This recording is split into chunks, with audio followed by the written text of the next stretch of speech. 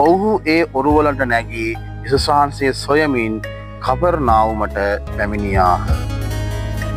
දැන්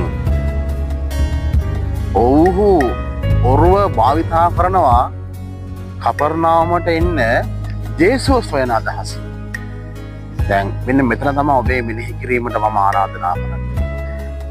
ඔබේ ගමන යන්න ඔබේ වාහනේ. ඔබේ ගමන ඔබේ වාහනේ යන්න ප්‍රශ්නයක් නැහැ. හැබැයි අරමුණ විය යුත්තේ යේසුව සොයන එක. ඔබේ රැකියාව ඔබ කරන්න. ඔබ හම්බ කරන්න. ඔබ රට යන්න. ඔබ විනෝද වෙන්න පාටි දාන්න ප්‍රශ්නයක් නැහැ. හැබැයි අරමුණ විය යුත්තේ යේසුව සොයාගන්න එක. අපි අතර ගොඩක් මිනිස්සු ඉන්නවා හරි කාර්යබහුලයි. පුදුම හදිස්සියක් නේ තියෙන්නේ. පුදුම හදිස්සියක්. O level ඉවර වෙලා ප්‍රතිඵල එන්න ඉස්සර වෙලා A level පටන් ගන්නවානේ. A level ඉවර වෙලා ප්‍රතිඵල එන්න ඉස්සර වෙලා විශ්වවිද්‍යාල අධ්‍යාපන අවශ්‍ය දේවල් කරනවානේ. පුදුම හදිස්සියක්.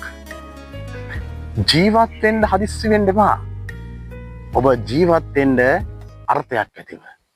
යේසුව සොයන අදහස පෙරදරි කරගෙන ජීවත් වෙන්න.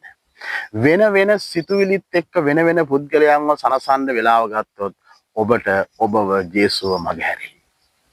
ඔබට යේසු පිටයි.